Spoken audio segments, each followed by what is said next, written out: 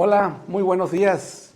Bienvenidos a la segunda temporada de los Maps Talks, primer episodio.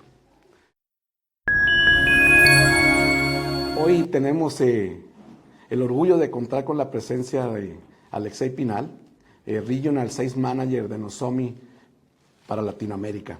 Bienvenido, Alexei. Gracias, Martín. Es un orgullo, no sabía que iba a ser la primera emisión, entonces encantado de arrancar. Muy bien. Déjenme decirles que Alexei es un experto en todo lo que tiene que ver con OT, IoT, pero considerando que algunos pues hablamos y no sabemos tanto de eso, platícanos, Ale, ¿qué es esto de OT y de IoT? Bueno, la palabra de OT es ambiente operacional, tecnologías operacionales. Esto ya lo teníamos desde hace muchos años y ya lo veíamos en las fábricas, ¿no? Las fábricas automatizadas. Okay. Usan conceptos donde se ocupan computadoras industriales que ahí en ese mundo le llaman PLCs, RTUs, PACs. Y ese concepto simplemente en los últimos años de sistemas de automatización poco a poco ha pasado a que se le llame OT, Operational Technology. Okay. Ese es uno. Y el otro concepto, el de IoT, es Internet of Things. Ese es un concepto relativamente más nuevo. Yo creo que en los últimos 20 años es cuando ha empezado primero a introducirse y ahora se nos hace una parte común escucharlo. Sí. Internet de las cosas. Sí. Y ese es un tema más bien relacionado a que como se ha abaratado el costo de poder medir, de poder controlar vía remota, tenemos conexiones inalámbricas, redes 5G, entonces por todos lados se están colocando sistemas para medir. Eso es el Internet de las cosas. O sea, redes o sistemas para medir todo, controlar y ya adicionado con la capa ahí de aplicaciones digitales para procesar toda esa cantidad increíble de datos, pues tenemos sistemas IoT realmente millones de sensores, ¿no? Sí. IoT quiere decir que cada dispositivo tiene una IP o no necesariamente. Sí, no necesariamente, depende de la capa que funcione, pero normalmente ya el estándar es que cada dispositivo tiene una dirección IP, una dirección MAC. Y en esas dos, casi todos ya corren sobre protocolos basados en Ethernet. Y entonces son millones. O sea, millones que puedo buscarlas y encontrarlas, ¿no? Buscarlas y encontrarlas si no se han tomado las medidas. Correcto. Si no se han tomado las medidas, las vas a buscar y las vas a encontrar, ¿no? Que las encuentre el que está autorizado y autentificado para hacerlo, pero no los malitos, como tenemos. Sí. Bueno, ¿qué tan preocupados deberíamos de estar? Bueno, cuando somos un gerente de planta o un gerente de producción, ¿qué tan preocupados deberíamos de estar de la ciberseguridad? Hace 20 años ni siquiera lo pensábamos. Era un mundo aislado, decían, mi red está aislada, mis computadoras son propietarias, no lo pensábamos. Y todo eso fue diseñado sin ciberseguridad de diseño. En los últimos años ha mejorado. Sin embargo, en el mundo actual, en el mundo operacional, el OT e incluso en el mundo IoT, pues siempre buscábamos la funcionalidad antes que la seguridad. Todo fue diseñado así. Y por tanto, en el mundo actual tenemos sistemas muy viejos, lo que le llamamos legacy, sistemas no tan instalados, tan viejos, quizá unos 10, 5 años, pero que están llenos de brechas o posibles vulnerabilidades. Y eso es lo que buscan en este caso los agentes maliciosos. Han encontrado en este mundo T y en este mundo IoT lo que buscan todos los criminales. Sistemas que sean débiles y en el caso del tipo de industria, sistemas que tengan capacidad económica para pagar pues que alguien los quiera atacar. Y eso lo buscan los criminales en el mundo físico y en el mundo digital. Y por eso los gerentes de planta, los directores, sí tendrían que poner como un punto de atención, ya desde hace varios años, en el plan, una ruta de ciberseguridad para proteger los sistemas OT y IoT. Ahora, ya cuando bueno, entonces quiere decir que ese mundo OT es débil desde el punto de vista de protección contra hackers. Los sistemas quizás hace de 20 años podemos decir que sí son extremadamente débiles. No había funciones de control de acceso remoto, no había encriptación en las comunicaciones que ellos se pasaban. no había segmentación de red, o sea, cometían muchos detalles que si tú lo llevas al mundo de tecnologías de información, tú dices, oye, ¿cómo pueden vivir así? Sí, ¿verdad? O sea, ¿cómo puede andar por la calle si está desnudo, si está sin ropa? No, Sí. no. Entonces yo creo Sí, que porque el foco era que la planta esté trabajando, ¿no? ajá, No era más cómo protejo esto, porque eso está ahí, ¿no? eso está ahí. Pensaban que no iba a pasar, pero eso ha cambiado. Hay claramente indicios. El primer ataque conocido global es 2006, 2007, una planta de generación eléctrica en Irán. Fue atacada por un malware que se llama Stuxnet y detuvo los compresores y detuvo la operación. En ese momento quizá también la preocupación era que eran temas geopolíticos. Correcto. Un tema Irán, Estados Unidos, temas Occidente, Oriente. Sin embargo, en los últimos años la actividad maliciosa, el malware, el ransomware, se han democratizado, son de más fácil acceso. Y eso ha hecho que ya no sea un tema geopolítico. Los hackers también lo hacen por temas de negocio económico. Y ahí está el verdadero crimen como servicio. Crimen como servicio, crimen organizado como servicio. Sí. Ayer veíamos una presentación de un ransomware y dice, ese ransomware de la pantalla tiene un chat, o sea, tiene atención al cliente, tiene diferentes idiomas, tú eliges el idioma, también tiene toda la información sobre dónde depositar los bitcoins, ¿no? Entonces, todo un servicio completo. Y te dan tu ticket. Claro.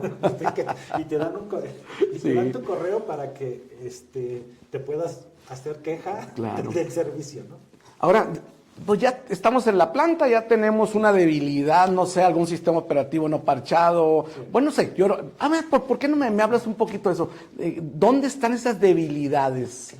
Mira, normalmente en una planta, los mismos ciberactivos, lo que está conectado en red, uno de los problemas es que no se sabe ni siquiera qué es lo que se tiene, para empezar. Okay. No se tiene un inventario. No se conoce si cuántos PLCs, cuántas RTUs, cuántas interfaces hacia estaciones de operación, estaciones de visualización. Eso es lo primero. No se conoce, entonces no puedes proteger lo que no sabes que existe. Okay. Ajá. Eso yo creo que es el primer problema a resolver dentro de la planta. Antes de pasar a otros temas como es temas de segmentación, acceso remoto seguro, tema de encontrar las vulnerabilidades en esos sistemas y finalmente temas de detección de anomalías y amenazas, ¿no?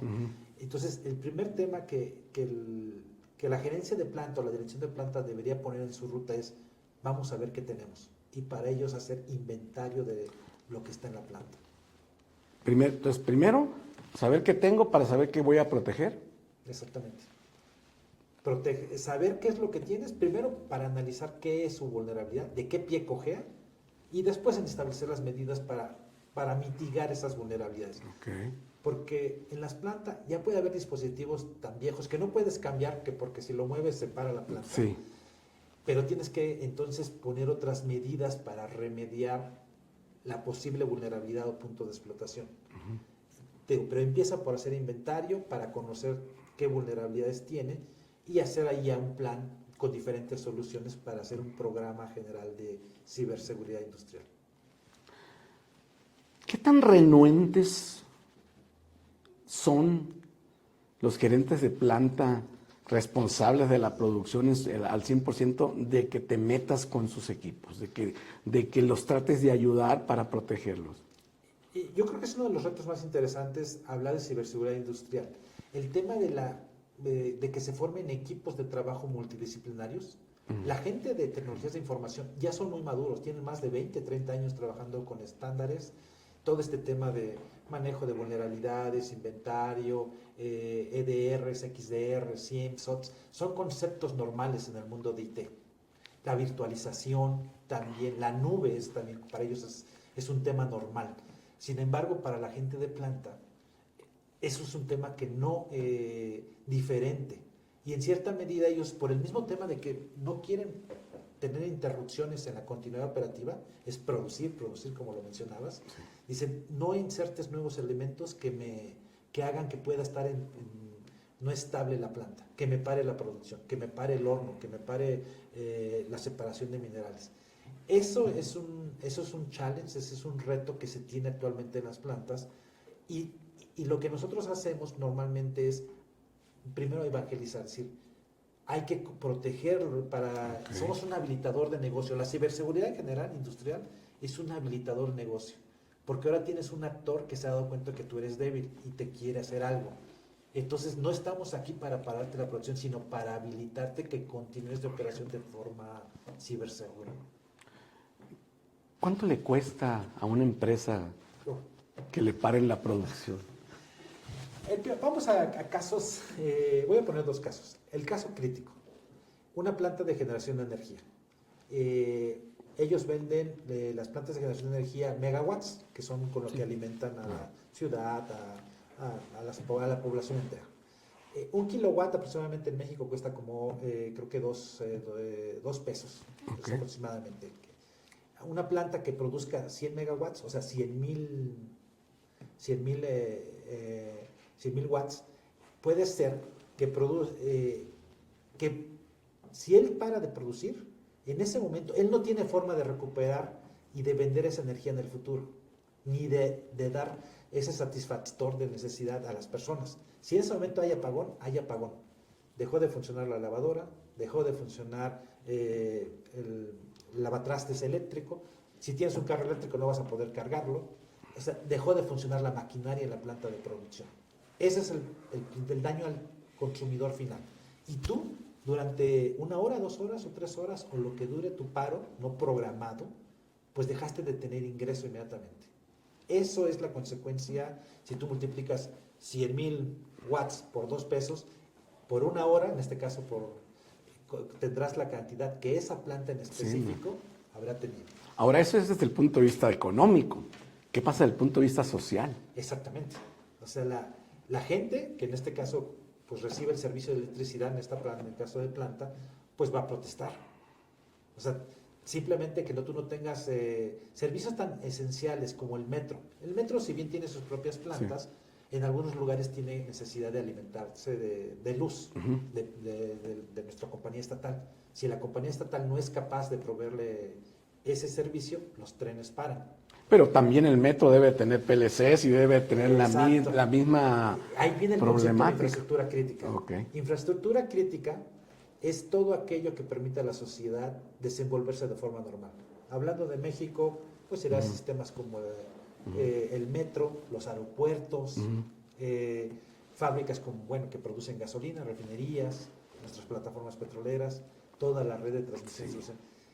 Pero al fin y al cabo, eso es quizá la infraestructura crítica que afecta a toda la población. Pero si lo llevamos a fábricas, pues cada uno su fábrica es una infraestructura crítica. Si tú paras 1 hora, no produces durante un día alimentos, tienes un problema en tu flujo de efectivo al final del año, serio, porque fue algo no programado. Se estima que en el caso de ataques a infraestructura, los costos son altísimos por cada ataque, ¿no? El promedio de un ataque aproximadamente es 1.7 millones de dólares, lo que te va a costar reactivar el servicio. Pero como decías, está el tema de la reputación, el tema de penalizaciones. Ahora con el tema del... México es el principal socio de negocios de Estados Unidos y una de las principales partes dentro de la cadena de supply chain hacia la manufactura americana. La cadena de manufactura americana, sobre todo la automotriz, es muy severa en castigar o penalizar si tú no eres capaz de garantizar que la producción te va a llegar. Porque todo lo tienen muy planeado. Entonces, si por un incidente cibernético para el proveedor Tier 2 o Tier 3 que le está alimentando al Tier 1 y hasta la automotriz, muy probablemente ese Tier 2, Tier 3 le disminuyan los pedidos o sea calificado como alguien no confiable. Y entonces una de las posibles causas es un ataque cibernético. Allí es donde hacer un plan de ciberseguridad industrial y las herramientas que conlleva, pues ayuda a minimizar ese riesgo. Me viene a la mente el ataque que sufrió una planta purificadora de agua en Florida. Sí. El tema de las plantas de tratamiento de aguas están siendo muy atacadas en general, porque ocupaban sistemas muy sencillos de automatización. Y en general, ¿quién pensaba que iba a atacar una planta? O sea, nadie pensaba eso, ¿no? Entonces realmente no tenían un protocolo de seguridad. Actualmente Estados Unidos, a través de la CISA, que es la agencia que ve temas de ciberseguridad en Estados Unidos, está escribiendo memorandos, guías de cómo ayudar a mejorar la seguridad en instalaciones de todo tipo. El caso del agua, en este caso es la planta de Osmar, la que menciona, la de Florida, y recientemente acaba de ser, hace una semana, 2 semanas, otra planta en Estados Unidos, no recuerdo el nombre, donde igual entraron a los sistemas de visualización, los panelitos que controlaban las bombas de agua, y las pararon. O sea, y impidieron que el agua se distribuyera a las casas. Era una planta de tratamiento municipal. Entonces, ahí vemos la importancia de cuidar las instalaciones críticas que nos permiten a los ciudadanos tener nuestra vida normal. Y por supuesto, a estas compañías tener su ingreso. Sí, y aparte, algo que recuerdo haber leído, esa de Osmar, que lo que hizo el hacker fue incrementar los niveles de hidróxido de calcio, que se usa como un estabilizador, pero a un nivel alto puede ser veneno. Exactamente, es dañino. Sí, dañino para la salud. Y lo hizo, pero de casualidad, fue casualidad la forma, ¿no? Que uno se dio cuenta que los niveles estaban raros. Sí, el tema de los ataques a los sistemas industriales no solamente requieren el conocimiento de la tecnología, de saber qué es lo que el PLC, el router, el firewall, las redes, no. A diferencia del mundo IT, que sí, conocer la tecnología es muy importante para poder extraer los datos y en este caso violentar pues, la confidencialidad e integridad de los datos. Eso es el mundo IT. En cambio, en el mundo OT o IoT, son organizaciones criminales que tienen gente que entiende esta capa tecnológica, pero entiende qué valores cambiar o qué analizan en el proceso industrial para saber qué pueden hacer en la planta. En este caso, pues puede cambiar valores que van a producir un producto malo, dañino a la salud. Otros pueden ser para que el motor se pare, simplemente tengan interrupciones, aumente tu merma porque estás produciendo producto malo. Entonces, ahí son organizaciones criminales que digo, tienes gente que sabe de tecnología, gente que sabe de qué es lo que debe de variar en el proceso industrial, y como acabas de mencionar, hasta todo su departamento de Customer Service y con marketing. O sea, son organizaciones criminales serias. Sí. Ahora, si yo soy un director de planta, por ejemplo, ¿existe un método para que yo sepa qué tan bien estoy? Todas las plantas deben de iniciar un programa de ciberseguridad industrial y debe ser con un equipo multidisciplinario entre la gente de tecnologías de información, que son muy maduros en ocupar estándares y en ocupar herramientas, y la gente de las operaciones o propiamente de la planta, que conocen el proceso industrial y que conocen las redes IoT y que saben las consecuencias de que si algún elemento es comprometido o algún elemento tiene un mal funcionamiento, qué es lo que pasa en el reactor, en la trituradora, en la perforadora.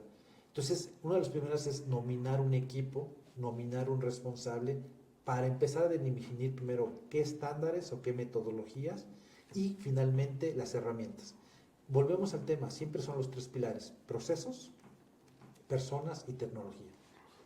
Okay. ¿Algún framework? Existen varios frameworks. Estados Unidos es punta de lanza, hay que decirlo, junto con Europa. Para el sector eléctrico, a nivel el sector eléctrico, Estados Unidos ocupan un estándar que se llama el NERSC, y es ampliamente utilizado. Estados Unidos es obligatorio. Ok, aquí en México, ¿no? No, todavía no. En el NERSC ya establece ciertos procesos y ciertos entregables que debes de tener, como inventario, como lista de vulnerabilidades, manejo y remediación de vulnerabilidades, detección de anomalías y amenazas, junto con otros como segmentación, acceso remoto. Okay. Y están diseñados para el sistema eléctrico. México va más atrás. Todavía apenas estamos discutiendo nuestra ley nacional. ¿A qué se refiere que estéis diseñado para el sistema eléctrico? En general, la NERSC está diseñado para cubrir instalaciones críticas de transmisión, distribución y generación de energía.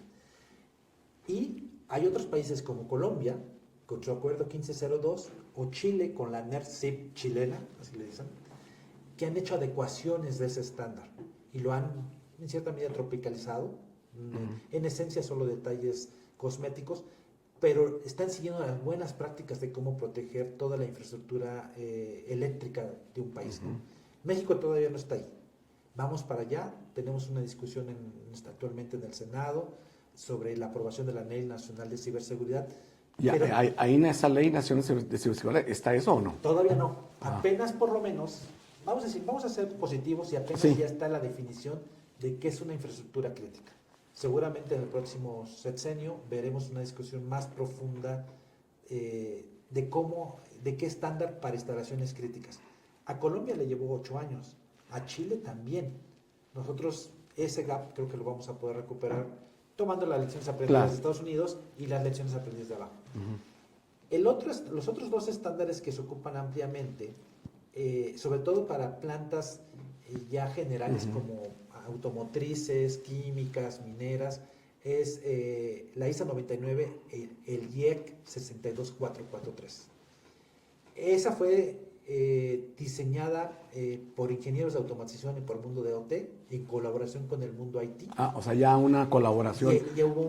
Ya hay un framework, una metodología, y donde pues ya te da ciertas recomendaciones o te ayuda a hacer un assessment de en qué nivel estás, en qué nivel deberías de estar y qué tanto ese gap, pues qué tienes, qué medidas o qué protocolos, qué procesos, qué herramientas puedes usar para llegar a ese nivel, ¿no?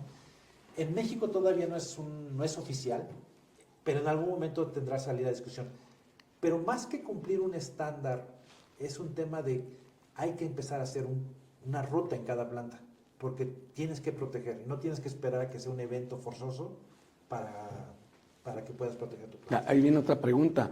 ¿Es obligatorio hoy en México que todas las plantas, todas las infraestructuras críticas tengan? No, todavía no. Todavía no. Pero todos entienden que más que sea una regulación, oye, me va a parar la distribución de luz, me va a parar la producción de gasolinas, me va a parar que produzca la cerveza, me va a parar que me produzca las galletas, el cemento. Eso es yo creo que en este momento es el evento que está, como ya hay cada vez más ataques y se dan cuenta de que existen y que sí es un tema, la ciberseguridad industrial ya es a nivel global, junto con el IT en general, la tercera preocupación, solo abajo del cambio climático y de los conflictos geopolíticos que tenemos allá en Europa, Rusia, Ucrania. Sí, interesante. Siempre que yo veo cosas sobre ciberseguridad en OT y en IoT, siempre me ponen una pantalla de Windows XP. En realidad hay tanto Windows XP. Sí, ¿por qué? Digo, ¿Windows XP es de qué año? Pues debe ser antes de los 2000. Sí, 1998, 99, sí. Antes de los 2000. Cuando todas las instalaciones industriales, e incluso las redes de IoT, que son las más nuevas, todas son diseñadas para dar servicio por muchos años. Vuelvo al ejemplo de la planta de generación de energía. Una planta de generación de energía está diseñada para al menos 25 o 30 años.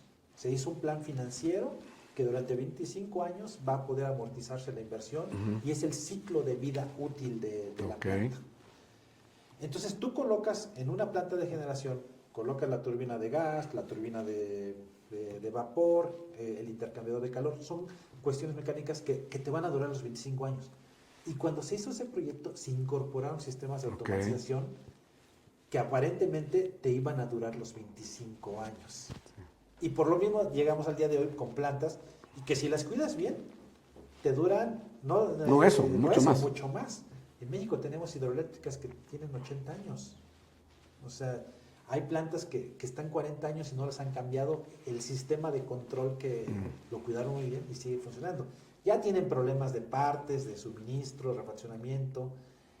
Entonces, sí es un tema que en las plantas te encuentres esos sistemas. Windows XP, Windows 7. O sea, 3.1, ¿no? Debe de haber por ahí alguno, ¿no? Ahora, considerando estos sistemas legacies que se tienen que cambiar para asegurar la operación, para para ponerle un leyes de ciberseguridad. No necesariamente. Hay, el tema del reemplazo o la modernización depende exactamente del negocio propiamente. Si el negocio hace sentido, la planta seguirá. La planta como todo, no el sistema de control, la planta como todo. Si el negocio hace sentido. Si se ha definido que el negocio sigue siendo positivo para esa compañía, sea el negocio que sea, generación eléctrica, minería, alimentos, entonces ellos tendrán que revalorar si hay que modernizar. Es un camino que creo que sería el mejor, porque pueden volver a rediseñar y modernizar esos sistemas de control con ciberseguridad en el diseño. Okay. Eso es muy importante. Si aún así deciden, por motivos de presupuesto o las razones que ellos tengan, no, de todos modos es conveniente implementar medidas de ciberseguridad. Para ello, antes es primero hacer el assessment, el inventario, para poder conocer qué medidas para remediar. Entonces, no es necesario cambiarlo, pero sí establecer qué medidas tienes para mitigar el cambio. Bueno, y si entramos entonces a la oferta de Nozomi, ¿cómo es que, si yo soy el responsable de eso en la empresa, soy el director de planta o no sé, o soy el director del consejo que se formó para atacar IT, OT y IoT, ¿cuáles son los pasos a seguir? O sea, ¿cómo ya lo decidimos? Entonces contratamos a Nozomi. ¿Cuáles son los pasos que siguen? Mira, yo creo que antes que contratar a Nozomi es un tema de, lo acabas de definir. Primero definir una persona o un grupo de trabajo interno que tome en caso, que defina las políticas y los procesos y luego posteriormente las herramientas y la concientización de las personas para poder definir qué nivel de seguridad quieren ellos establecer, qué metodología, en qué niveles y finalmente las herramientas. Nozomi es una parte esencial desde el principio porque ayudamos con el tema de, vamos a ver qué es lo que debemos de proteger, el inventario. Eso es lo primero que tenemos que hacer. Ya lo mencionaste, sí. Primero, saber qué tengo, ¿no? Saber qué tengo. Porque normalmente no sabes, porque los PLCs pueden estar metidos días en una cajita, ¿no? Y que no sabes. Y ni siquiera alguien sabe que estaba ahí eso colgado. Sí. O que alguien se está conectando. O los ingenieros de servicio llegan y se conectan y de ahí dejan sus equipos. Tuvimos un caso, así rápidamente, en una planta de almacenamiento de petrolíferos. Habían hecho toda una infraestructura muy bien, habían colocado segmentación, habían colocado firewalls en lugares estratégicos para poder impedir el acceso de no autorizados, ¿no? Agentes maliciosos por afuera. Lo que no contaban es con el factor humano. Un ingeniero de servicio llega y se conecta dentro de esa red y coloca un módem. ¿Por qué? Porque él quería estar desde su casa trabajando remoto y hacer su propio acceso. Entonces, es muy importante el tema de la nominación de un equipo de trabajo que defina los procesos, concientiza a la gente y seleccione las herramientas. En nuestro caso, nosotros al simplemente hacer el inventario hubiéramos podido encontrar que allá había un elemento extraño y se inicia, pues bueno, investiguemos. Otro caso así, eso fue la semana pasada. No sé a qué equipo le vayas de fútbol, fue las cuartos de final, creo que León América. Y de pronto a cierta hora, siempre a esa hora, empezó a aparecer un dispositivo en la red industrial, dispositivo Samsung.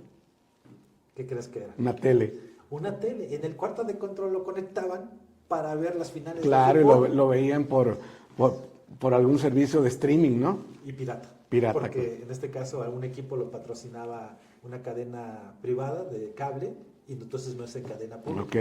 Entonces se conectaban a un link. Y es un dispositivo que tiene un navegador que por ahí te puedes conectar a la red fácilmente, ¿no? Y ahí viene la necesidad de conocer lo que tienes conectado, de saber qué es lo que tienes. Así, pues bueno, permitimos descubrir que había un elemento que no es parte de la red industrial, pues aparentemente una diversión sana, pero que violentaba todas las normas de seguridad. 100%. Y por ahí se puede meter. Sí. Porque aparte tiene Wi-Fi y, en fin, no, es muy interesante. Entonces, primero es saber qué tengo. ¿Y luego? Ya que sé qué tienes, hay que saber qué tan vulnerable es cada uno. O sea, es saber cuáles las versiones de firmware, las versiones de sistema operativo, cuáles son las brechas o los puntos de explotación que tienen esos dispositivos. Ese entregable le sirve a los ingenieros de planta para saber cuándo deban de parchar sus PLC, sus RTU, sus estaciones de operación, o simplemente decir, acepto vivir con el riesgo, o bien vamos a poner más firewalls, vamos a segmentar mejor la red para dificultar, a poner otras aplicaciones de whitelisting y blacklisting, o sea, bloquear autorización y autentificación de aplicaciones, o sea, hacer un plan. Nosotros al momento de darte el inventario y las vulnerabilidades asociadas, el ingeniero de planta pues podrá hacer un plan de remediación pues para mitigar que alguien pueda explotar esas vulnerabilidades. Ok. Entonces, ya sé lo que tengo, ya sé las vulnerabilidades que tengo y entonces surge un plan de trabajo para mitigar o aceptarlas, como dices, ¿no? ¿Y luego? El tema de detectarlo. El crimen es un tema, una planta puede parar por 4 factores. Uno, una planta no tiene el suministro de electricidad, por ejemplo, o el suministro de la materia prima. Pero al fin y al cabo el departamento de logística o la gente que hace sourcing estratégico dice, bueno, si no es este proveedor, pues tenemos otro proveedor. Está en sus manos poder definir eso. Okay. Segundo, otra planta puede tener un paro programado o mala operación si la gente no está capacitada para manejar los equipos y puede producir daños al equipo y a sí mismos incluso. Okay. Pero al fin y al cabo el departamento de recursos humanos, la gente de operación y mantenimiento, puede también influir para tener la capacitación adecuada. Es importantísimo la capacitación. Entonces, ¿no? Eso está, tanto suministro de materia prima como capacitación está en manos de las personas. El tercer punto, que era lo que vamos a tocar hace poco, el tema de sistemas muy viejos. En cierta medida, programar una inversión puede hacer que se modernicen, puedan que metas nuevos sistemas para ser más eficiente. Pero al fin y al cabo, estos 3 puntos, la inversión en equipo para prevenir obsolescencia, suministro de materias primas y temas de capacitación, está en función de la planta misma, de la fábrica. Es un tema de planearlo e invertir. Okay. Pero el cuarto punto, que es el paro no programado, es porque alguien que ya no está en tus manos te ataca y hace una amenaza. Esos son el tema de los delincuentes, tanto físicos como criminales. Y ante eso es lo único que te queda es implementar un programa para minimizar el riesgo de que te ataque, o sea, dificultar ese ataque, o bien responder si te está atacando. Okay. Ese es uno de los puntos claves dentro de la ciberseguridad. Y del manejo de riesgos. Los otros 3, como sea, los puedes contener y es un tema tuyo. Pues el criminal, aunque tú no lo quieras, el criminal, si te ha escogido como víctima, va a buscar, te va a fastidiar. Entonces hay que tener un plan para remediar ese fastidio. ¿Qué pasa hoy con las nubes? O sea, ¿hay manera de usar la nube para proteger o...? El tema el concepto en el mundo IT de la nube, la virtualización, para el mundo de OT es diferente. Sí. Ellos están demasiado acostumbrados en forma general a tener su dispositivo, su PLC, su RTU, controlando directamente el motor, midiendo la temperatura, la presión. Correcto. Y todo el procesamiento se hacía en la fábrica. El concepto de nube, pues está bien demostrado en el mundo IT, que mueve los datos hacia una nube para aumentar el procesamiento, el insight, la analítica, y te da, es mucho más potente. ¿Sí? En el mundo T todavía están en un proceso de entendimiento de que el dato es seguro moverlo hacia la nube. O sea, es la mejor forma de tener seguridad en la nube. O sea, no es un precio. Bueno, siempre cuando está asegurada la nube, que eso es otra gran, una gran falsa sensación de seguridad. Me voy a la nube, también tengo que asegurar la nube. Exactamente. Una cosa es que te alojen y otra cosa es ponerle la capa de seguridad. Creo que en los siguientes 10 años vamos a tener otro gran cambio en automatización. Uno ya se está dando, que es incluir sistemas virtualizados. Okay. Ya va a haber PLCs virtualizados. Okay. Ya no va a ser el hardware dedicado, ya va a ser un hardware, una virtualización de ese PLC.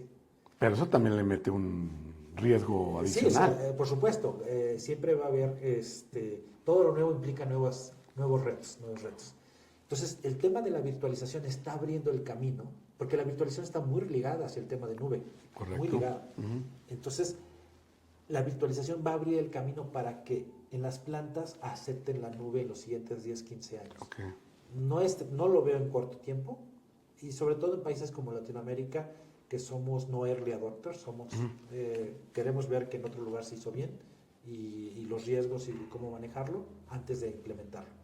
Pero sí el tema de virtualización y de nube está llegando al mundo de automatización y va a ser, va a imponer nuevos retos. Bueno, sé que tenemos amigos que son distribuidores y otros que no lo son, ¿no? Y por eso queremos platicar un poco más de las ventajas o de la oportunidad de negocios para los distribuidores y la oportunidad de protección para los usuarios. Platícame el distribuidor. ¿Qué características debe tener un distribuidor para certificarse como un proveedor de ciberseguridad industrial? Bueno, para nosotros es muy importante, hablando de Nozomi, nuestra herramienta lo que hace es inventario, vulnerabilidades y detección de anomalías y amenazas en redes industriales. Es nuestra especialidad. Entonces dices, inventario, saber lo que tengo. Sí. Vulnerabilidades. Saber qué tengo que arreglar. Y detectar anomalías y amenazas. Como la TLS que apareció por ahí, sí. por ejemplo. Ok. Ajá. Nuestra tecnología es superior, honestamente, sí tenemos muchos casos de éxito. ¿Y cómo lo hemos logrado? A través de encontrar los canales y distribuidores que dan valor. El mundo IT en general es uniforme en el sentido de que normalmente tienes que trabajar con el grupo de trabajo de tecnologías de información del banco, de la caja de seguros. Es siempre el mismo grupo de trabajo que se encarga de la ciberseguridad y de la infraestructura tecnológica. En el mundo industrial, OT, IoT, hay diferentes mercados. Unos son mineros, otros son petroleros, otros son de alimentos. Y cada uno, si bien ocupan la misma infraestructura tecnológica, cada uno tiene su forma de vivir su trabajo. Los mineros y los petroleros normalmente son instalaciones instaladas remotamente, unos en el mar, otros en la montaña, y muy diferente a los sistemas que, por ejemplo, en un centro de datos o una planta de alimentos que están más cerca de las zonas normales de las ciudades. Los dos ocupan la misma infraestructura, pero la forma de trabajar de ambos es diferente, sus hábitos de trabajo y sus estructuras jerárquicas. Entonces, lo que nosotros siempre buscamos son canales que entiendan no solamente la parte tecnológica, sino entiendan en qué mercado vertical quieren trabajar. Okay. O sea, eso es lo que buscamos. No solamente, es una diferencia entre el mundo IT y OT, que en el mundo T, el canal, el distribuidor que va a dar el valor, tiene que saber cómo trabajar en el mundo minero, cómo se va a trabajar en el mundo petrolero, en el mundo de alimentos, en el mundo automotriz, porque cada uno tiene ciertos requerimientos de entender. Entonces, nuestros canales han encontrado en qué nichos van a jugar. Nuestra propuesta todavía es de valor, nuestra tecnología, pero ellos tienen que aportar un valor. No es solamente configurar unos settings, sino tienen que entender qué están haciendo con esos settings y cuál es lo que van a afectar en el proceso del cliente. Es muy importante para no parar la planta, ¿no? Porque también la puedes parar cometiendo un error, ¿no? Sí. Allí, yo vengo del mundo petrolero, trabajé muchos años en el mundo petrolero, y hace 10, 15 años teníamos una broma si habías pertenecido al 1 Million Club, ¿no? Y el 1 Million Club, así como hay el 1 Million, el President Club en algunas empresas, acá era el 1 Million Club, pero no era muy positivo. Era cuántos shutdowns o cuántos paros no programados habías producido al parar una planta, ¿no? Sí. Entonces, hay que tener cuidado cuando implementas un programa de ciberseguridad. No es para tener miedo, pero es simplemente con más cuidado. Entre estas industrias hay diferencias. Un trabajo, por ejemplo, petrolero en tierra o en alguna otra instalación, lo haces en 2-3 horas. Configurar un dispositivo, un motor. Ese mismo trabajo lo haces en costa afuera, o sea, plataforma petrolera, y te puede llevar todo el día. Porque hay más medidas de ciberseguridad física, en este caso, para hacerlo. Entonces, es lo mismo en ciberseguridad industrial. Es el mismo trabajo, sí, tecnológicamente, sí, pero tienes que tomar en cuenta todas las demás variables para poder tener un buen plan sin sobresaltos, ¿no? Hubo un caso muy, muy sonado, ¿no? Que hasta dicen que hasta pagaron rescate, ¿no? Colonial, ¿no? Pipeline. Colonial. Pero ese más bien fue un ataque a IT, ¿no? Fue un ataque IT, pero muestra un tema de convergencia IT-OT. Ok. La convergencia IT-OT no se entiende nada más como que ocupan la misma infraestructura de redes, de switches, de firewalls. No, la convergencia IT-OT es mucho más que eso. Es un tema de los datos del piso de producción, en este caso, tomando el caso de Colonial Pipeline. Colonial Pipeline es un ducto que mueve petrolífero, gasolinas. Ah, ok.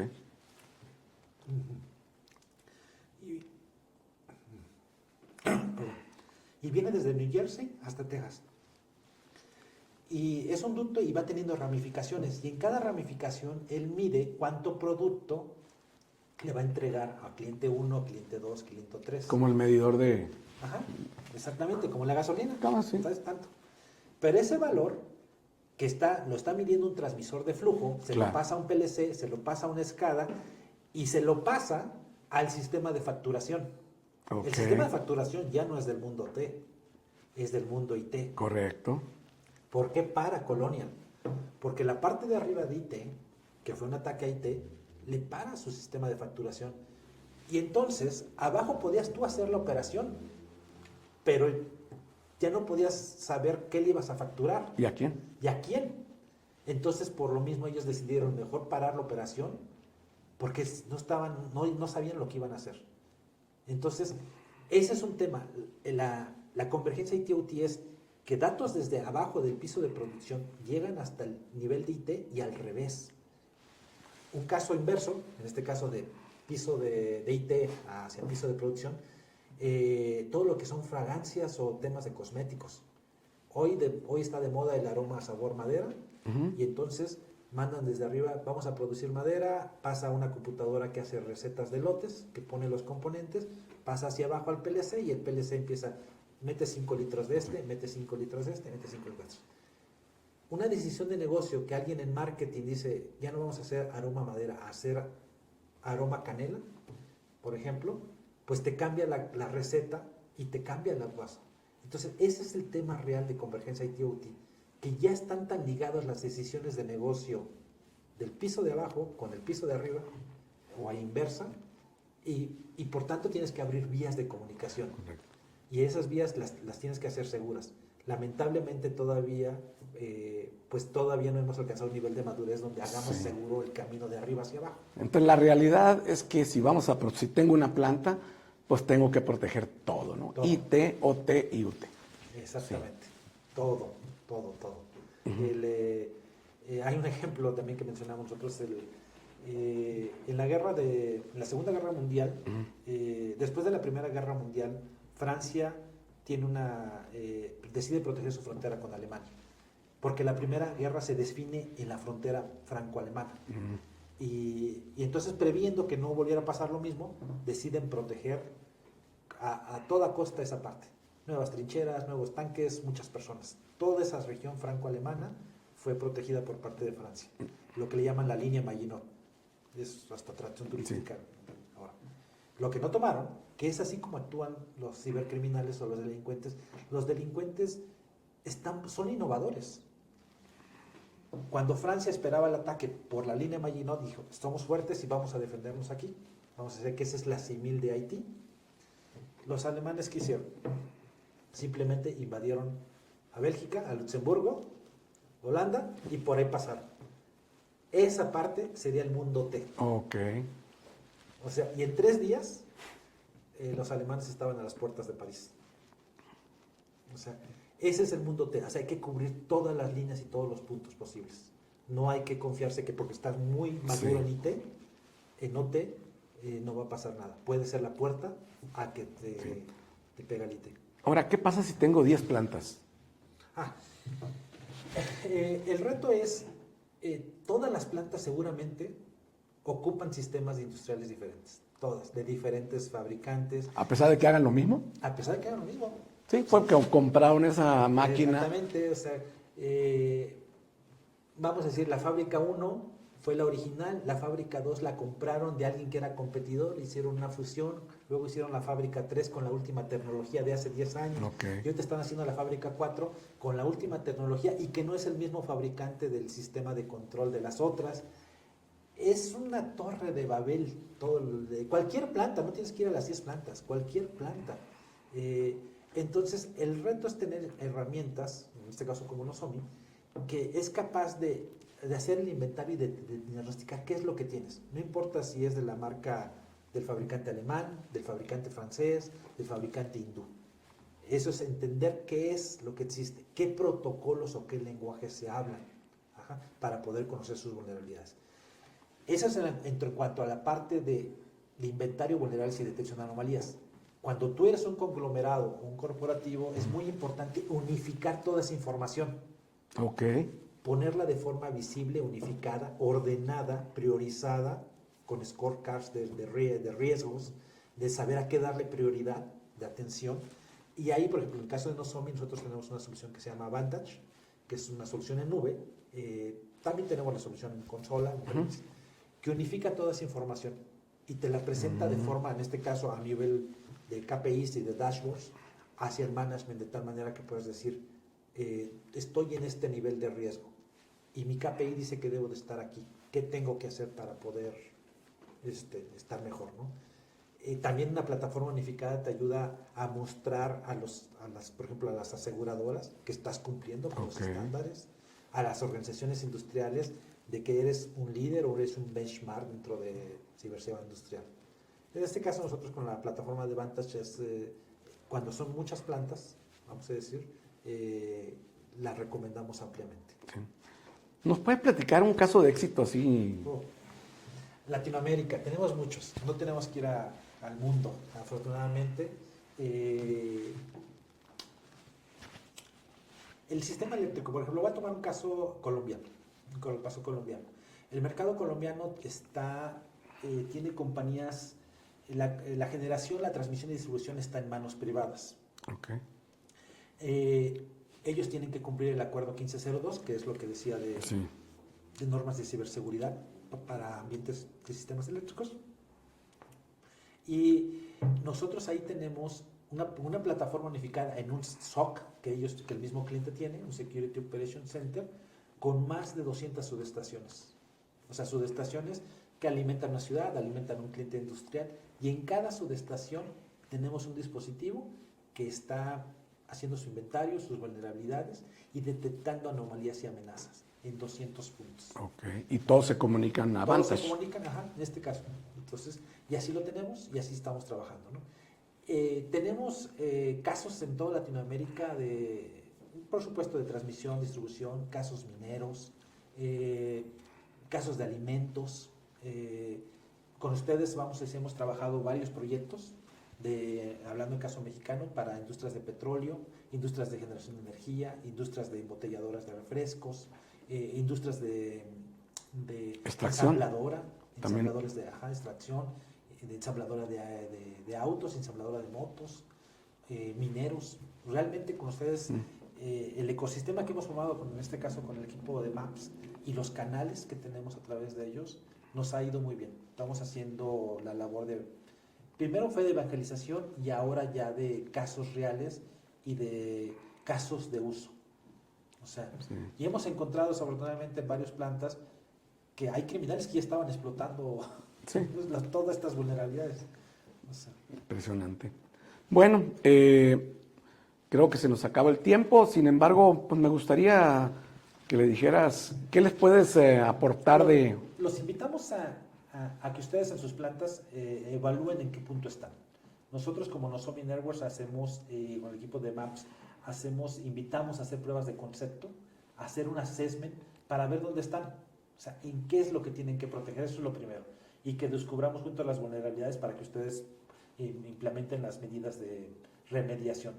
Y esperemos que no encontremos un bicho allá adentro en esas pruebas, ¿no? Eso es lo primero, que nos inviten a participar, estamos muy abiertos a colaborar con nuestros canales, y de tal manera que empecemos un camino juntos, es un journey. Porque como en ciberseguridad, ya cuando crees que has terminado, el criminal ha encontrado otra forma innovadora de búsqueda, de brincar los controles. Entonces hay que volver a hacer el cambio. Este comentario que acabas de hacer me me surge una pregunta nueva. ¿Qué tal lo de la inteligencia artificial? Wow. Nos va a llevar a otro nivel. Nosotros en Nozomi ya la tecnología, nosotros se ocupa Machine Learning e inteligencia artificial, pero igual que nosotros lo ocupan los criminales. Entonces, es una carrera de todos los días de que tenemos que ser excelentes en nuestro producto. Y todas las compañías de ciberseguridad, no solamente nosotros, sino todas. Vienen retos en términos, te digo, en el sistemas de automatización industriales, la virtualización, el uso de la virtualización, el uso de la nube de forma segura, desde el punto de vista de ciberseguridad, pero también viene el uso de, como tenemos tantos datos que procesar, pues está el uso de la inteligencia artificial y machine learning. Viene lo que es el tema de la computación cuántica. Sí. Eso también en los siguientes años va a hacer que las compañías como nosotros tengamos que evolucionar más rápido.